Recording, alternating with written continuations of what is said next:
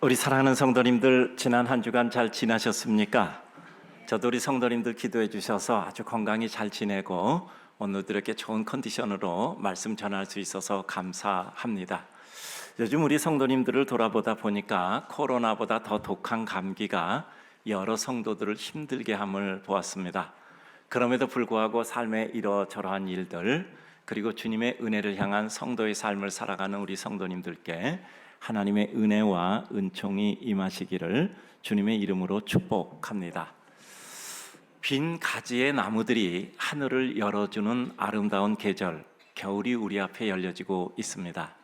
무슨 겨울을 그렇게 미화해 서사하느냐 하지만 그렇게라도 미화해서 그 아름다움으로 우리 삶이 그윽해진다면 그 미화는 자기 거짓 확신이 아니라 우리의 축복입니다. 지난 월요일 제가 작년에 부탁드렸던 대로 정말 그 부탁을 잘 기억하고 계셨다가 추수감사절 딱 끝날 다음날 월요일 날 성탄 트리를 시작해 주신 우리 교회 대표팀에게 감사를 드립니다. 당장 월요일부터 성탄절 글자도 붙이시고 저 밖에 이제 외벽에 보면 또 이렇게 성탄 트리도 이제 불 켜면 보이죠. 이렇게 진행하시고 이제 성전 전체를 또 이렇게 진행해 나가셔서 아마 내일 모레쯤이면 끝난다고 하세요. 또 이와 같이 모든 것이 척박해지는 이와 같은 때에 또 이렇게 성도들의 마음에 푸근함을 주신 그 수고하시는 분들께 하나님의 은혜가 또한 임하시기를 바랍니다. 우리 성도님들은 성탄의 기분을 내시기 위해서 백화점 포토존에서 사진 찍지 마시고 교회 포토존에서 사진을 찍으시기를 바랍니다. 꼭 찍어 두세요. 왜냐하면 우리 성도님들은 세상 떠나면 반드시 교회에서 천국 환송 예배 드리잖아요. 천국 환송 예배 우리 성도는 다 교회에 와서 드립니다. 저희 교회 등록된 분 모두가.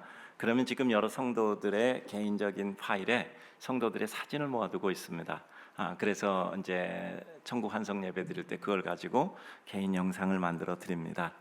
누구든지 그 짧았던 그 몇 컷의 영상을 통해서 마음의 큰 회고의 정과 또 감동을 느끼는 것을 보고 참 감사하게 생각합니다. 그런데 우리 성도들 중에서 아직까지도 이렇게 충분한 사진을 주시지 못한 분이 계셔서 이제 급히 또 연락을 해서 그 짧은 시간이지만 사진을 또 저희가 받아와서 이렇게 뭐 밤늦게까지 영상을 만들기도 하는데요. 안타까운 게 교회 사진이 없는 거야. 여러분 교회 얼마나 오래 와서 앉아 계셨습니까? 한 주에 한 번씩 예배 시간 앉아도 이게 몇십 년 되면 그 시간이 얼마입니까? 여러분 또 헌금을 얼마나 많이 하셨습니까? 수십 년 동안 여러분들이 그렇게 소중히 여기는 세상의 모든 것을 할 수 있는 이와 같은 도구인 헌금을 여러분들이 그렇게 많이 하셨습니다.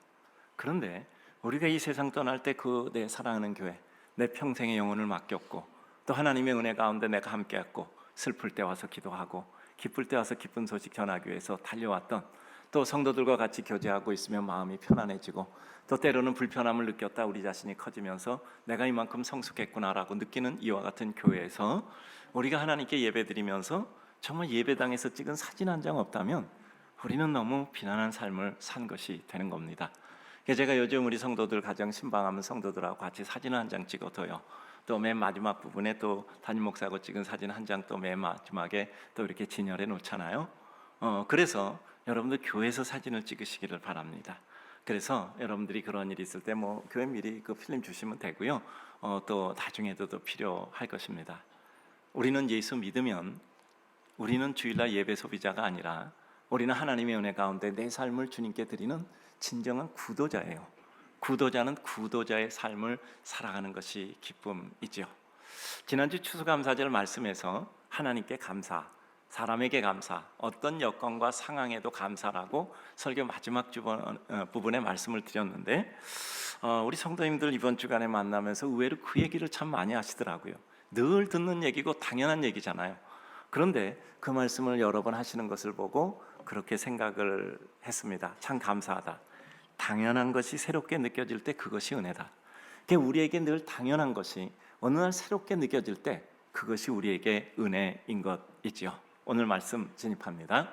마태복음 11장 1절을 보면 예수께서 제자들에게 명하셔서 제자들이 동네에 가서 가르치고 전도하기 위해서 떠나라 명하시고 그들은 진행합니다.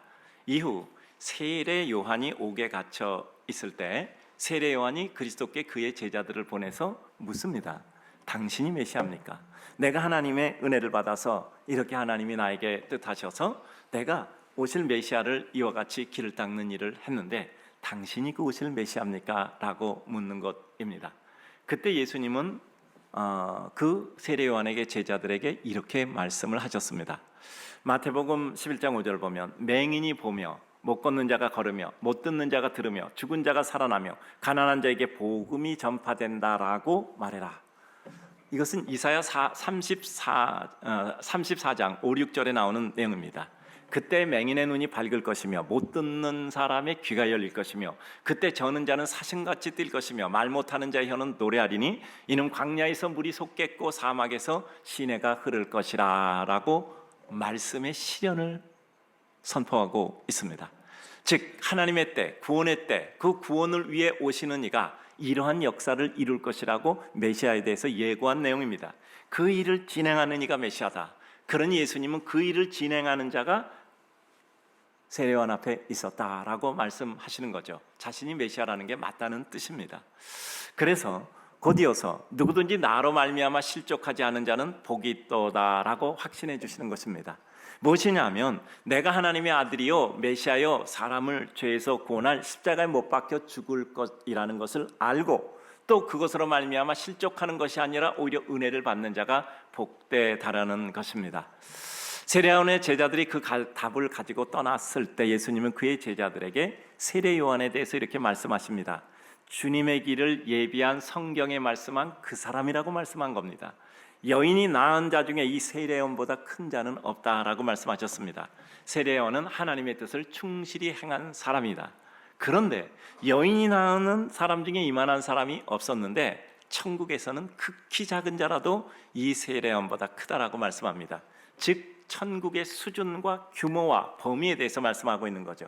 이게 산상수훈에 얘기한 것하고 똑같습니다. 산상수훈은 우리 인간들이 하기 어려운 일을 제시해요. 왜냐하면 그것이 천국의 수준이잖아요. 오리가 잡으면 심리 가지고 걷어달라면 속옷 주고 오른밤 때리면 왼밤 대라. 너희가 받고자 하는 대로 주라. 이것은 세상의 논리와는 다른 것입니다. 그런데 결국 더 깊은 논리라는 것을 깨닫게 되잖아요. 한마디로 큰 사람이 되라. 높은 기준에서 살 수 있는 수준 높은 사람이 되라. 그 말은 무엇입니까? 우리 보고 되지 않는 우리 보고 되라는 게 아니라 내가 너희를 그렇게 만들겠다는 의지에 대해서 말씀하고 계신 것이잖아요. 그러니까 우리는 이와 같은 것들을 생각하며 하나님의 은혜에 대해서 다시 한번 생각해 보는 것입니다. 주님을 예비하여 준비하고 천국의 도래 가까이 왔음을 전파하는 세례요한을 옥에 가두고 결국 죽이는 헤롯의 시대. 그런데 이러한 시대를 예수님께서는 또 한탄하며 말씀하신 것이 오늘 우리가 읽은 본문 중의 내용입니다. 그 내용을 요약하면 인생의 모습은 그렇습니다. 이것은 다만 헤롯 시대뿐 아니라 오늘조차 진행되고 있는 바로 내 앞, 그리고 우리 시대, 심지어는 진리를 사모하는 주님을 알고 추구하되 진정한 온전함이 아닌 다시 흔들리는 우리의 모습을 보면서 하시는 말씀이기도 합니다. 예수는 믿었는데 아직도 영적 크리스찬의 단계로 넘어가기 위한 육적 크리스찬의 단계에 있을 때 이런 흔들리는 우리들에게 하시는 말씀입니다. 그것이 무엇일까요?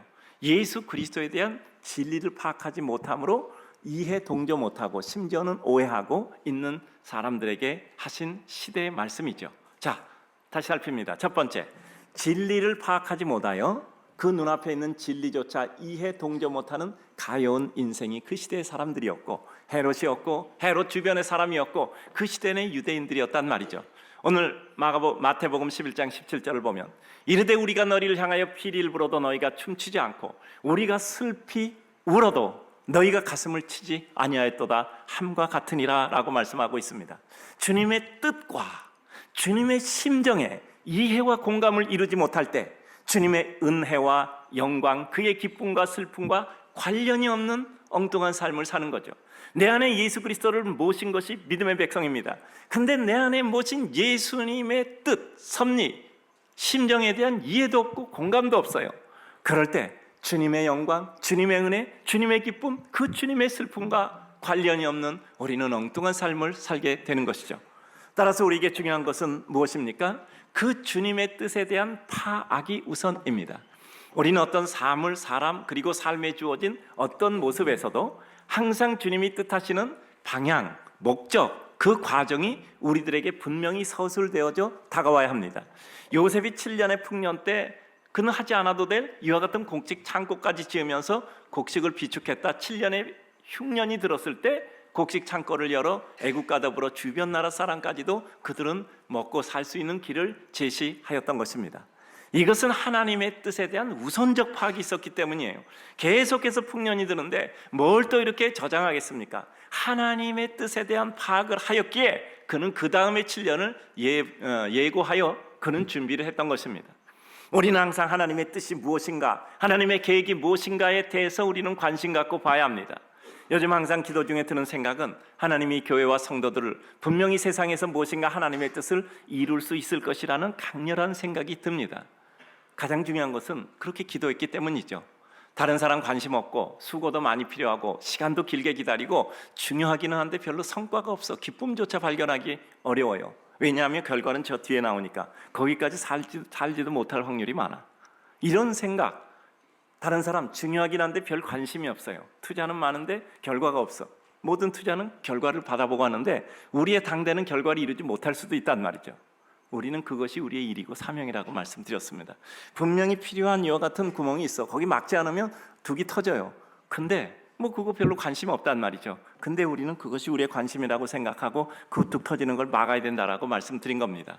그 모든 서사를 가만히 생각해 보면 결국 하나님의 뜻에 대한 깊은 이해와 실행을 이루는 사람이 하나님 사람이라는 모습이었어요. 그러면 하나님이 그러한 백성을 이루시겠죠. 그것은 홍해를 건너는 백성, 광야를 건너는 백성, 그리고 광야에 묻혀 별이 되는 백성이죠. 그것을 큰 축복으로 받는 백성이 된다는 뜻입니다. 우리는 그 백성이 내가 되고 내 옆에 사람을 만들어야 되고 그리고 우리가 함께함으로 세상의 파도와 바람을 능가하는 하나님의 백성의 무리가 되기를 기도했습니다. 주님의 심정에 대한 공감이 또 우리의 첫걸음이어야 돼요. 주님의 뜻을 파악하고 그 주님의 마음을 공감할 수 있는 것이 우리 삶의 첫 발걸음이어야 합니다.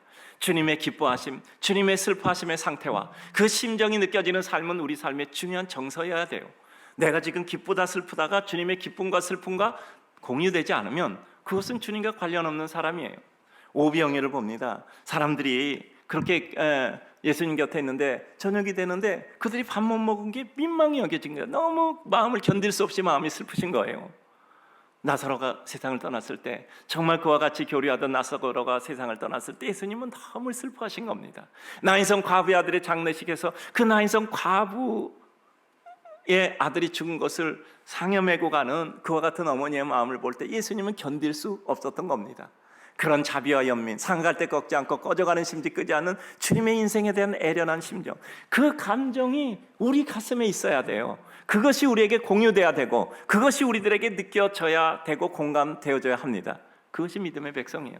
내 심정이 주님께 얼마나 근접되어져 있고 요즘 많이 말하는 동일화, 일치와 비슷해지는 것, 소위 말하는 싱크로율이 얼마나 되는가가 우리들에게 매우 중요한 겁니다. 주님의 느낌과 내 느낌이 얼마나 비슷해져 있는지, 인생의 기쁨은 결국 주님과 우리의 이해가 얼마나 근접하고 심정적 느낌, 즉 정서까지도 동일화되는가가 우리들에게 있어서 매우 중요한 것입니다.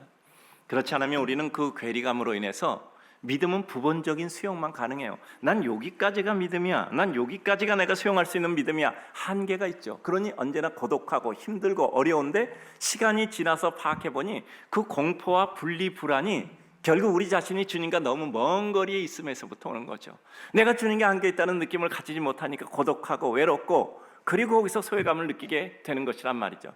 인생이 느끼는 가장 큰 공포는 분리공포잖아요. 주님으로부터 분리됐을 때 우리에게 오는 치명적인 이와 같은 두려움. 기쁘시려면 우리 주변에 너무 많은 것을 채우고 벽에 걸어놓는 것이 아니라 주님께 가까워지고 주님의 심정을 내 것으로 동일할 때 우리는 평안하고 기뻐질 것입니다. 주님 뜻과 심정이 주는 표대와 사명이 우리를 이끌어가지 못할 때 깨달음에도 불구하고 우리의 질긴 삶의 고리를 끊어내지 못합니다. 삶의 깨달음과 공감만 가지고 완결을 이룰 수는 없어요. 주님의 뜻을 파악하고 주님의 뜻을 느꼈다 할지라도 그것을 위하여 같은 방향으로 달려가고 대가를 치르고 아픔과 고통을 선택해 기나긴 은혜 완숙과 이루어짐을 기다려 누리는 것은 또 다른 산을 넘는 겁니다. 여러분, 우리 산에서 어떤 모양을 만들어도 거기서 가장 중요한 그것을 완숙시키는 거예요. 성숙시키는 거예요. 숙성시키는 겁니다. 우리 인식과 발견이라는 어구를 자주 사용하잖아요. 깨닫는 순간 길이 보이는 겁니다. 하나님을 깨달으니까 주여 나를 떠나소서. 주여, 물고기 많이 잡는 거, 그 물고기 잡는 능력이 아니라 하나님이라는 걸 봤잖아요. 하나님을 깨달으니까 주여 나를 떠나소서, 나는 죄인이로소이다. 하나님의 그 위대한 모습 앞에 나는 너무나 누추한 죄인이었단 말이죠. 그것을 깨달을 때, 즉 신인식, 자아인식이 이루어질 때 우리에게 비로소 사명의 길이 보이는 거예요. 이제 네가 앞으로는 사람을 취하리라. 그래요. 길이 보이지 않으면 시작도 못합니다. 근데 시작했다고 전부가 아니에요. 시작은 절반이라 하잖아요. 그 끝까지 가는 건 마지막 전부입니다. 우리가 하나님의 뜻을 알았어요. 하나님의 뜻을 느꼈어요. 그렇다고 그 일 행합니다. 그건 또 다른 문제예요. 인생은 언제나 거부합니다. 왜냐하면 내 마음에 있는 죄악의 속성이 그걸 밀어내기 때문이죠. 제자들은 주님의 부르심에 응답했습니다. 그러나 성령 충만 받기까지는 수많은 기적과 은혜를 체험하고 그들도 나가서 기적을 행하잖아요. 근데도 수시로 흔들린 겁니다. 우리는 숙련을 위한 기간과 실패와 습득의 과정을 통해 유연한 작업을 이룰 수 있을 뿐입니다. 성도는 실패와 승리를 거듭하며 자신의 길을 온전히 터득하고 이룰 수 있을 뿐입니다. 그런 낙심하지 말고 우리는 끝까지 우리 길을 가야 됩니다.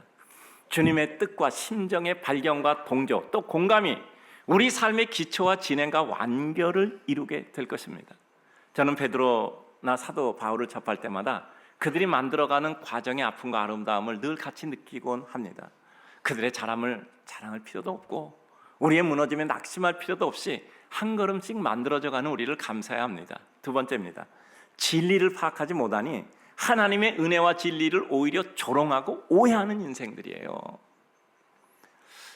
오늘 18절 19절 보니 요한이 와서 먹지도 않고 마시지도 아니하며 그들이 말하기를 귀신이 들렸다. 반대로 인자는 예수님은 와서 먹고 마시며 마시는 님이 말하기를 보라, 와서 먹기를 탐하고 포도주를 즐기는 사람이요 세리와 죄인의 친구로다 하니, 이래도 마음에 안 들고 저래도 마음에 안 들어요.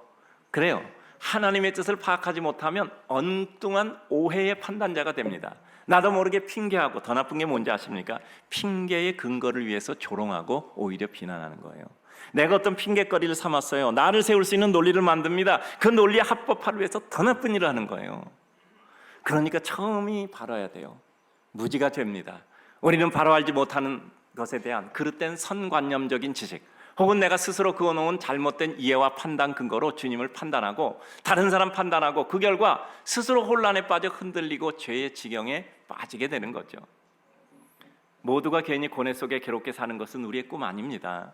여러분 자식이 있는데 그 자식이 방 구석에 이렇게 틀어박혀서 고뇌하며 인생은 무엇인가 너무 괴롭다 하면 여러분 행복하시겠습니까? 아니야, 밥 먹고 나가서 놀아, 사람도 만나. 그래요. 저는 우리 성도님들이요 아주 행복하게 사는 것이 하나님도 행복하게 사는 것이라고 생각합니다. 제가 늘 말씀드리잖아요. 여러분 맨날 교회만 와서 살다가 나중에 내 청춘을 돌려다오 이런 거 하지 마세요. 아셨죠? 그냥 여러분 가고 싶은데 다 하고 하시고 싶은 거 다 돼요. 그러다 그래도 내가 교회 가서 살아야지, 내가 교회에서 하는 게 더 큰 그냥 그럼 그때 와서 하세요.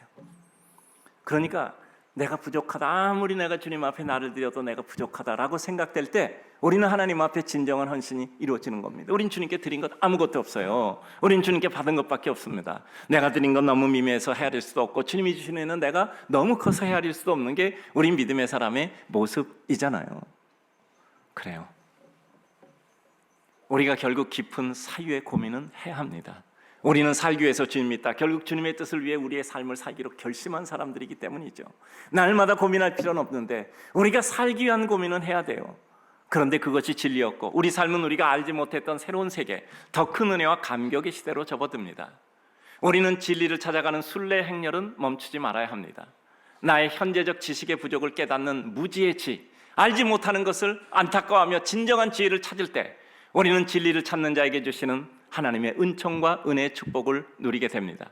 우리가 주님과 그 복음을 위해 사는 것은 교육되고 세뇌되어짐으로 다가오는 것이 아닙니다. 진정한 기쁨이고 성령의 은혜 때문이에요. 우리는요 세뇌되고 학습화되어서 우리가 믿음을 가지는 게 아니에요. 믿음은 하나님께서 우리에게 주신 선물로 성령께서 역사하셔서 우리 마음에 그 믿음의 심정이 생겨난 겁니다.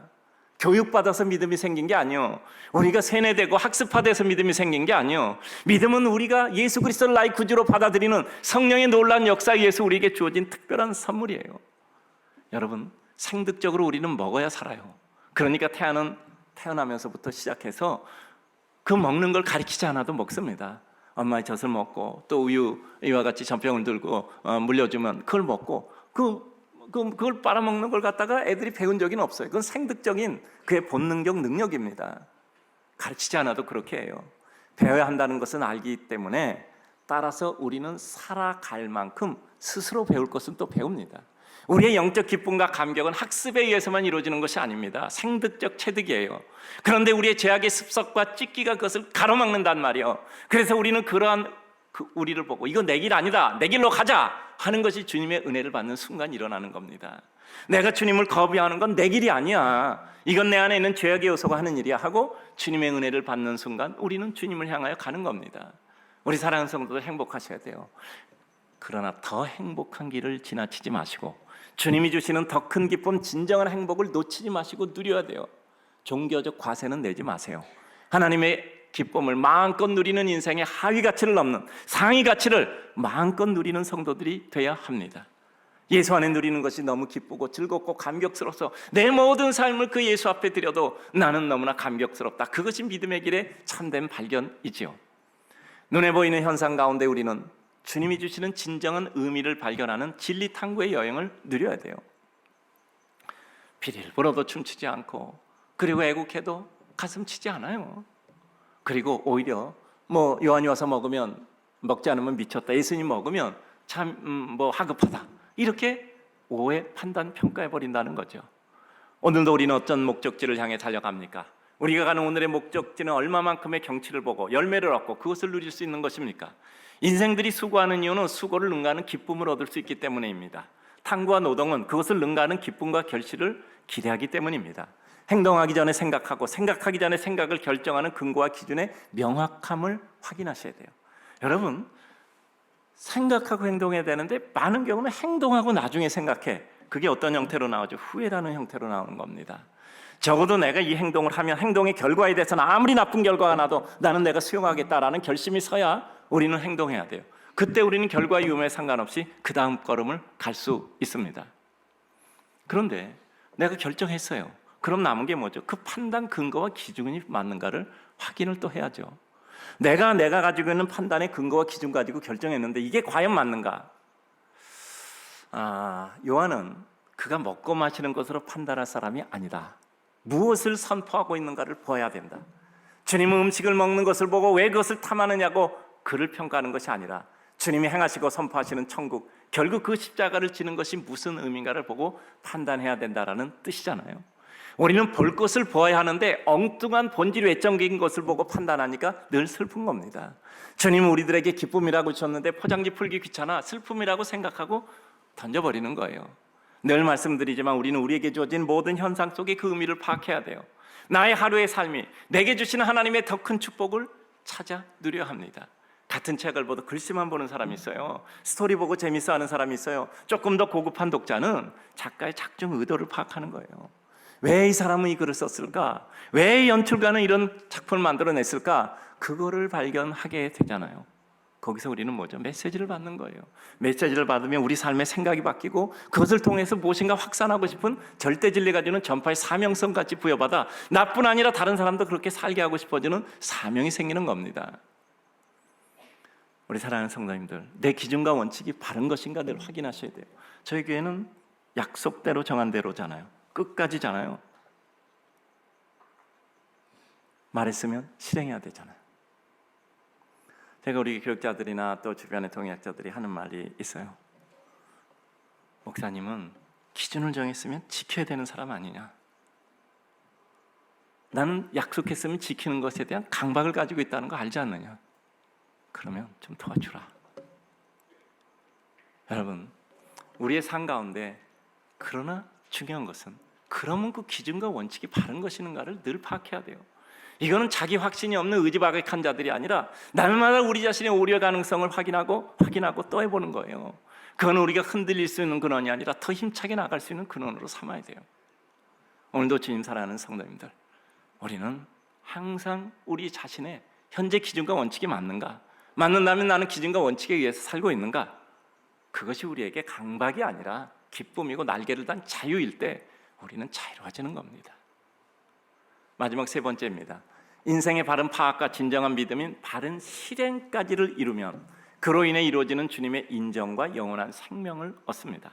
오늘 11장 19절 보면 지혜는 그 행한 일로 인하여 옳다함을 얻느니라. 그러니까 우리의 지혜라는 것은 그 하나님의 뜻을 바로 파악하여서 그것을 이루는 것이요, 그래서 옳다함을 받는 겁니다.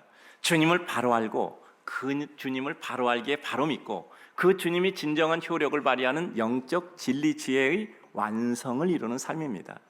우리의 지혜는 주님을 아는 것이 지혜입니다. 하나님을 아는 것이 지혜의 근본이죠. 그 주님이 가르쳐 주신 진리의 길을 파악하니 할 일이 생기는데 그것이 기쁨이고 감격입니다. 말씀드리지만 성교는 한 번도 안 간 사람이 있어도 한 번 간 사람은 없어요. 왜냐하면 중독이 강해요. 가면 그 사람들을 보면 우리는 너무나 감사한 거고 정말 내가 할 일이 무엇인가 보여주는 겁니다. 내가 뭘 해야 지는가 보여주는 거예요. 가고 싶고 또 가고 삶의 독한 회의를 극복하지 못할 때 아라비아 사막으로 가자는 유치한 씨의 생명에서 우리 잘 알잖아요. 물론 이 시는 그 신앙의 시는 아니에요. 그런데도 세상적인 여러 가지 내용을 봐도 삶에 정말 회의가 심해서 내가 나를 구하지 못할 때 아라비아 사막으로 가자 하잖아요. 네 줄만 봅니다. 자, 제가 읽을게요. 나의 지식이 독한 회의를 구하지 못하여 내 또한 삶의 애증을 다 짐지지 못하여 병든 나무처럼 생명이 부닥길 때 저만하면 아라비아의 사막으로 나는 가자.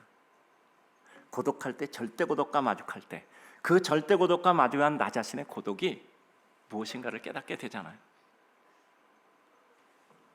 내가 생각하는 진리, 내가 생각하는 원칙, 그리고 내가 생각하는 원리, 그것이 예수 그리스도는 절대 가치와 절대 원리, 절대 진리 앞에 무엇이었던가, 그것이 깨달아지는 순간 우리는 갈 길을 찾게 되는 거잖아요.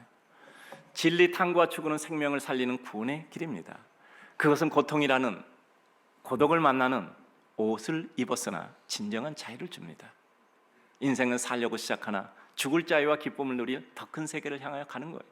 여러분, 우리 인생이 언제 바뀌는지 아십니까? 정말 살아보려고 바둥거리는 거예요. 근데 어느 날 무엇인가 깨닫게 되면 이제 내가 어떻게 죽을까를 위해서 바둥거리는 겁니다. 무엇으로 남을 것인가를 생각하는 순간 무엇을 누릴 수 있는가 하는 것보다 더 큰 기쁨이 우리에게 휩싸여져 삶의 감격을 누리게 될 때가 있어요. 나는 과연 무엇으로 남을 것인가? 역사사에는 책에 기록된 것만이 아니라 우리 삶입니다. 무엇을 위해 살까? 무엇을 위해 죽을까로 바뀌는 순간 우리는 우리 인생의 모든 것이 100배, 60배, 30배로 부풀어 오르는 겁니다. 내가 무엇을 위해 살 것인가 하고 생각하던 사람이 내가 무엇을 위해 죽을 것인가 하는 것은 그 사람의 모든 힘의 10배, 100배, 1000배의 능력을 발휘하는 거예요. 하나님, 내가 많이 가졌군요. 내게 능력이 있군요. 내가 참 행복한 사람이군요. 내게 있는 모든 것이 100배가 되고 60배가 되고 30배가 되어 내게 느껴질 때 우리는 가진 것도 많고 능력도 크고 행복한 사람이 되는 겁니다. 우리 삶에 대하여 하나님이 칭찬해 주시는 삶을 사는 것이 지혜입니다. 실행하기 전에 바른 결정이었는가 늘 생각해야 되죠. 실행하면서도 반복적으로 숙련하고 수준이 올라와 있는가 하는 생각과 경주하며 그것이 피곤이 아니라 완성의 기쁨이 돼야 합니다. 하나님의 칭찬을 바라보고 가는 삶은, 하나님의 상을 바라보고는 삶은 전혀 다른 차원의 삶이에요. 인생 결국 상이 가치 발견의 기쁨, 밭에 같이 감추인 보화를 발견한 자의 설레임으로 살아가는 것이 축복이에요. 여러분, 우리 삶에는 설레임이 있어야 돼요. 아니, 내가 천국이라는 보화를 밭에서 발견했어. 근데 내가 이거를 가지려고, 내가 그러면 다른 모든 거를 다 팔아서라도 이걸 가지려고 내가 수고하고 애쓰고 있는데 얼마나 설레임이 있겠어요? 설레임은 얼음 과자는 아니고요. 얼음 과자 아니에요. 설레임은 아까 1부 예배 끝나니까 설교 내용 아무것도 기억이 안 나고 설레임만 기억나는 분들이 계시더라고요. 천국은 설레야 돼. 설레야 돼. 저는 목사로서 설렘이 있잖아요. 내가 이런 설교를 하면 우리 성도들이 어떤 은혜를 받을까? 그들의 삶엔 어떤 도전이 될까? 그리고 삶에 어떤 기쁨이 생길까? 이런 설렘이 있잖아요. 그것이 없으면 너무 무미건조하잖아요. 그래요. 우리 마음에 설렘이 있어야 돼요. 좋은 곳 여행하는 심정으로 하루를 눈뜰 수 있으면 얼마나 축복입니까? 사람 얼굴 떠오르면 누구에 대한 평가 판단이 아니라 기쁨과 사랑으로 다가온다면 축복이잖아요. 내 삶이 참 감사하다 느껴지십니까? 내가 이렇게 주님께 아름답게 사용되다니, 내 삶이 이렇게 주님 앞에 이렇게 사용되다니. 내 모든 기쁨은 반드시 값을 치르게 되잖아요. 힘들지 않고 어렵지 않다면 그것은 하나님의 일도 아니에요. 전도서 10장 10절을 보면 철 연장이 무디어졌는데도 나를 갈지 아니하면 힘이 더 드느니라.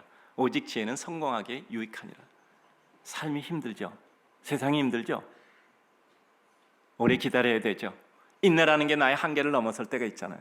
근데 따지고 보면 세상이 어렵기도 하지만 내가 그 세상이라는 풀을 베고 있는 내 날이 무디어진 경우가 많아요. 하나님 앞에 내 날을 가는 거예요. 내 마음을 닫고 내 모든 삶의 도구를 바꿔가는 이와 같은 거죠. 그래요. 지혜는 성공하기에 유익하다 그랬어요. 내가 어떻게 하나님의 은혜 가운데 기쁨을 누릴 수 있을까? 바른 길을 찾아가는 거죠. 구휼은 빈민의 구휼은 나라도 못한다 그러잖아요. 그 많은 거 사람마다 각각 욕구가 다 다른데 저는 아무리 생각해봐도요, 이 세상에 있는 모든 사람을 다 똑같이 기쁘게 할 수는 없는 것 같아요. 늘 말씀드리지만 똑같이 다 탕평해서 100개씩 나눠줘도 시간 지나면 또다시 지금 같은 구조는 재편됩니다. 얼굴이 바꿔질 수는 있겠죠. 세상은 언제나 그런 구조 속에 살 수밖에 없어요. 각각 다르니까. 그런데 그 모든 사람을 다 똑같이 기쁘게 할 수 있는 건 아무리 봐도 예수 그리스도밖에 없어요. 어떤 여건에 있어도 기뻐할 수 있고 어떤 여건에 있어도 소망을 가질 수 있는 것은 예수 그리스도밖에 없어요. 그래요. 그래서 우리는 그 예수 그리스도 앞에 나오는 거예요. 한 가지 가지고 모든 걸 해결하는 게 본질이라고 말씀드렸잖아요. 아무 거 가지고 한 가지 가지고 다 해결이 안 돼. 근데 예수 그리스도 가지고는 누구든지 기뻐할 수 있어요. 가난해도 기쁘고 부유해도 기쁘고 많이 배웠어도 기쁘고 배움이 좀 덜해도 기쁘고, 그리고 우리의 삶 가운데 비결을 넘어서는 하나님의 절대적인 가치를 느끼는 순간 우리 삶은 또 기쁠 수 있는 거죠. 진정한 지혜를 누려야 합니다. 우리 성도들은 아주 행복하셔야 돼요. 그 행복이 주님이 주시는 다른 것과 주님이 주시는 것과 비교해 볼 때 다른 것과는 비교할 수 없는 고등한 것이어야 돼요. 주님은 우리 기쁨을 시기하지 않아요. 우리에게 더 큰 기쁨을 주시는 분이에요. 안타깝게 부자 청년은 자기 것 버리고 주님 따르라는 말씀을 기쁨의 선물로 파악하지 않고 기쁨의 상실로 파악했기 때문에 슬픈 기색을 짓고 갔단 말이에요. 예수 잘 믿으세요 그러면 어떤 신앙적인 짐으로 부과받음 같이 느끼면 안 돼요. 나에게 선물 주시는구나. 기쁨과 감사로 우리의 영적 제사를 주님께 드리는 성도들이 되는 겁니다. 이제 오늘 말씀 맺습니다. 삶은 아픈 거예요. 그리고 피할 수 없는 삶의 무게와 짐 속에서 누구나 그 하루하루를 살아갑니다. 우리에게 그 삶이 기쁠 수 있는 것은 아파도 기쁠 수 있으며 힘들어도 그것이 싫지 않은 우리 마음의 상태가 날아갈 것 같은 날개를 달고 있을 때예요. 말씀드렸죠? 새는 나뭇가지에 앉았을 때 추락할까 걱정하지 않아요. 새는 그 나뭇가지를 믿는 게 아니에요. 자기의 날개를 믿는 겁니다. 새는 그 나뭇가지를 믿는 게 아니에요. 자기의 날개를 믿는 거지. 나뭇가지 뚝 부러져도 언제든지 나는 날아갈 수 있다. 상황을 바라보고 그의 정서를 결정하지 않는 겁니다. 세상이 어떻게 바뀌어도 상관없어. 세상이 어떻게 바뀌어도 나는 날개가 있으니까 날아갈 수 있다 생각하면 우리는 그 가녀린 나뭇가지에 앉아도 편안히 앉을 수 있는 겁니다. 삶의 짐이 아무리 무거워도 마음에 누리는 하나님의 은혜와 감격이 우리를 환희롭게 할 수 있어서입니다. 우리는 우리 삶의 모든 사항, 상황에 대한 이해와 느낌과 삶의 방향이 하나님의 은혜로 명확하게 설정돼야 돼요. 피리 불어도 춤추지 않고 울어도 가슴 치지 않는 사람이 아닙니다. 하나님이 기쁘게 하시려고 은혜 주시는 것을 영적 민감으로 기쁘게 느껴 그것을 누리고 달려가야 돼요. 하나님이 막으시는 것은 깊이 깨달아 멈춰야 합니다. 주님의 은혜를 파악해 바로 깨달아 엉뚱히 이해하고 파악하지 말고 주님의 뜻을 오해하지 않아 이해와 감사의 심정으로 하나님의 영광을 위해 살아가는 것이 우리의 기쁨이어야 합니다.